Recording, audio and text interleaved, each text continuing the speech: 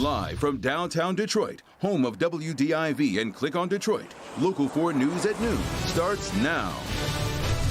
New COVID-19 cases and deaths continue to rise in Michigan and across the country, with hospitalizations increasing steadily, including upticks in critical care and ventilator use. An early release. The family of Kwame Kilpatrick says he could soon be a free man. What we are learning next. But first, closing arguments. The presidential race is now in its final hours, and both President Trump and Vice President Joe Biden have zeroed in on the swing states. And speaking of swing states, Michigan is once again among the most hotly contested states in the country. You're looking at brand new video shot earlier this morning of the line right outside of the Detroit Board of Elections. That's where people have dropped off and picked up their absentee ballots. The election, of course, tops our show here at noon on this special hour-long edition of Local 4 News at noon. Thank you for joining us. Yeah. I'm Everett Cassidy. And I'm Rhonda Walker. As expected, it is going to be a battleground blitz for President Trump and Joe Biden. Today, the president is going to be holding 5 rallies in 4 different states. 2 of those will be right here in Michigan. He will hold a rally in Traverse City this evening, and he'll end his campaign as he did in 2016 with a rally in Grand Rapids. Meantime, his Democratic rival, Joe Biden, also on the move, traveling to Ohio and Pennsylvania for campaign events. Many voters have already cast their ballots, as we know, across the country. The latest estimates say more than 90 million Americans have voted early by mail or in person. Jay Gray has this report from Washington. President Trump and Joe Biden closing their campaigns in battleground states. One final push before the polls open in less than 24 hours. When Americans vote, America will be heard. When America's heard, I believe the message is going to be loud and clear. It's time for Donald Trump to pack his bags and go home. Your vote can defeat the Washington swamp and the corrupt media right there, once and for all. You have to get out to vote. More than 90 million voters have already cast their ballots, a record turnout for early voting. And counting those votes could take some time, leading to speculation that it may be well after the polls close before we know the winner. I expect that the overwhelming majority of ballots in Pennsylvania, those mail-in absentee ballots, as well as in-person ballots, will be counted within a matter of days. President Trump hinting he may not be willing to wait. Because we're going to go in the night of, as soon as that election's over, we're going in with our lawyers. Challenging any votes counted after Election Day. Biden firing back. Our response is the president's not going to steal this election. An election so intense, so divided, many cities are boarding up, bracing for the results and what could come next. Jay Gray, Local 4. All right, Jay, thank you. Now let's talk about the concerns over those absentee ballots that are being sent through the mail. Will they be arriving on time and counted? Well, on Sunday, the U.S. Postal Service reported its 3rd consecutive day of fewer on-time deliveries. Several states are reporting under 65% of ballot deliveries on time. The delivery of ballots in Detroit has recently been reported under 90%. And this is significant because a recent Michigan Court of Appeals ruling said absentee ballots must be received by 8 p.m. on Election Day, regardless of when or where mailed or postmarked. Some researchers have said that ruling could result in more than 10,000 votes not being counted because they were delayed in the mail. And this morning, Secretary of State Jocelyn Benson addressed the slow postal delivery rates. Here's what she had to say. The city of Detroit is 49 out of all metro areas, 49 out of 49 metro areas. And so our Attorney General is actually going to the Postal Service processing facilities today to confirm that every ballot has been moved through and on to its destination, because we're being very vigilant. We want to make sure every ballot that's been sent is received on time. But we're also asking folks to use drop boxes in their clerk's office. In the meantime, make sure that you stick with us here at Local 4 on Election Day. Tomorrow morning, Jocelyn Benson is going to be joining us live on Local 4 News today. Right now, though, we want to get you some breaking news that we're following for you this afternoon. Residents being evacuated and rescued from an apartment fire. This is in Midtown Detroit. Take a look at your screen here. This is video from the scene where firefighters have rescued these residents in that apartment building. The fire started shortly after 10 a.m.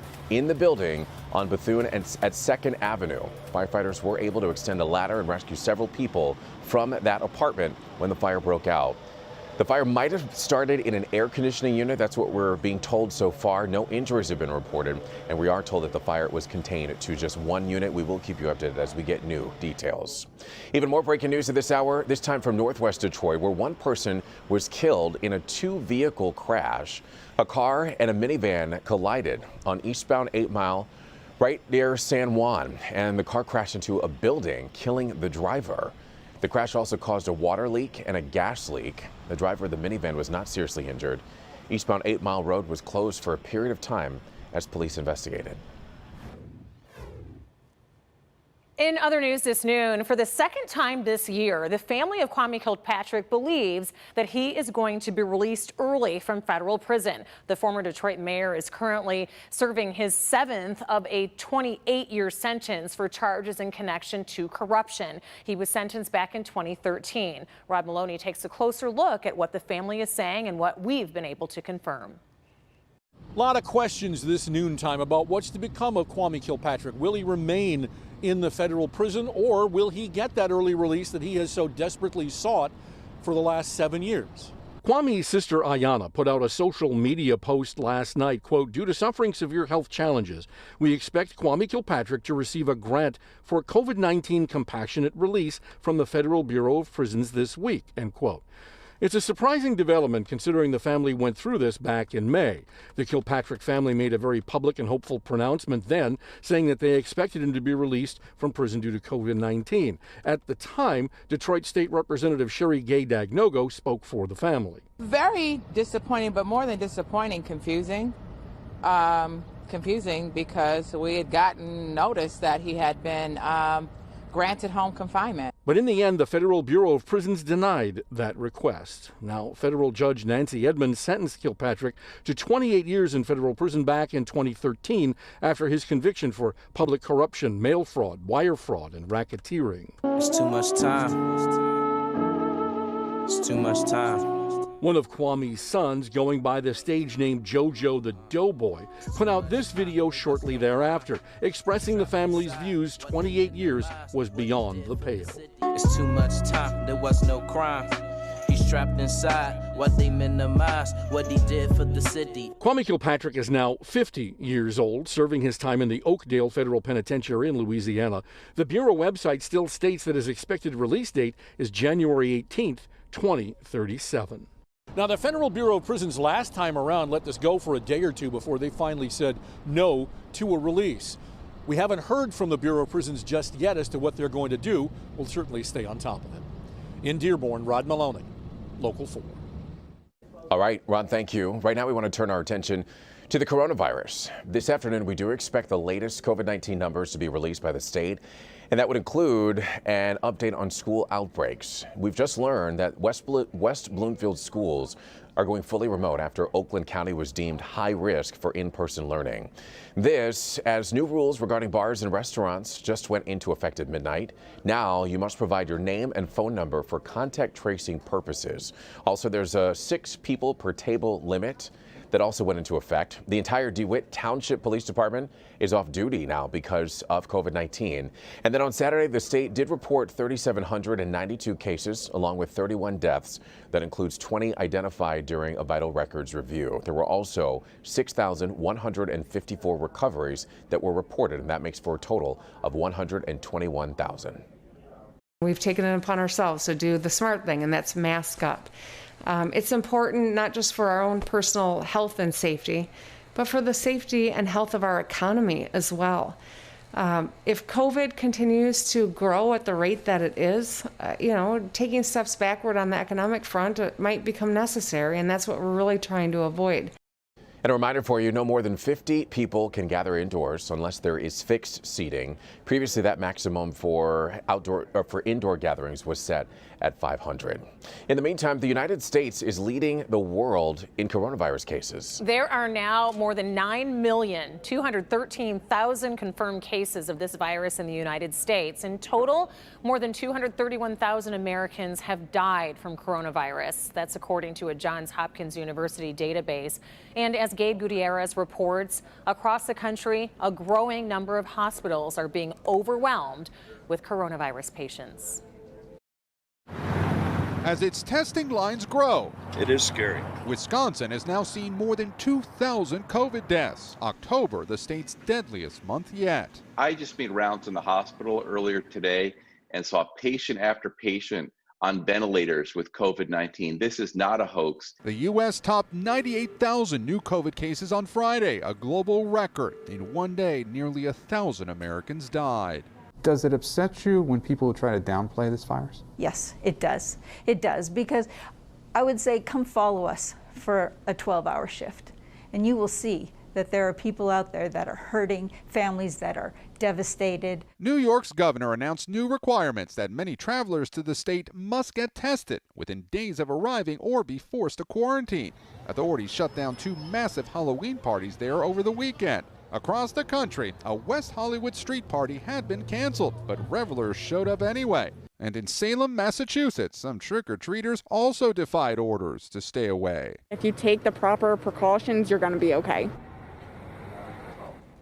That was Gabe Gutierrez reporting. This surge in coronavirus cases, though, it did send stocks last week into their biggest losses since the spring, but it's a different story today. Yeah, the market is rebounding as we take a live look at the Dow Jones Industrial Average right now. It has gained more than 431 points. Analysts are saying that many investors believe the market is settling down and could return to steady growth. So, of course, we'll keep our eyes on that one for you as well. Here's another side of how American shopping habits have changed in the pandemic. 2 major mall operators, CBL Properties and this other one here, have filed for Chapter 11 bankruptcy protection. The 2 companies own about 130 malls combined, and they cite losses of tenants, uncollected rent, and lower consumer traffic as a reason for their filings. CBL Properties owns Laurel Park Place Mall in Livonia and Woodland Mall in Grand Rapids is owned by the other property. Both companies are expressing that they can continue operating as they reorganize their finances.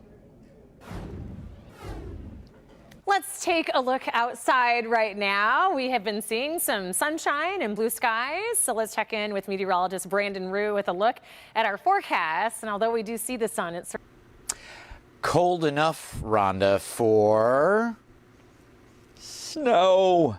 Not everywhere. There's one little area up north that is seeing a few flakes flying by. Just the tip of the thumb, Deckerville, up into Bad Axe and Port Austin. Maybe even a little drizzle there, but it's moving through pretty quickly. Most of us are seeing this hazy, milky sunshine, 43 degrees. West-southwest winds are 18, and gusting even stronger. It does create wind chills a little closer to freezing outside. And look at some of these gusts are 20 to 30 miles an hour, and that'll be the case through your afternoon. And as the winds do shift more to the southwest, it means fewer clouds, less wind coming off the big lakes. Still, even with some sun, we're only in the upper 40s. But we're on our way to a bona fide warming trend. Starts Election Day coming up. Well, we are ready for it, Brandon. Thank you.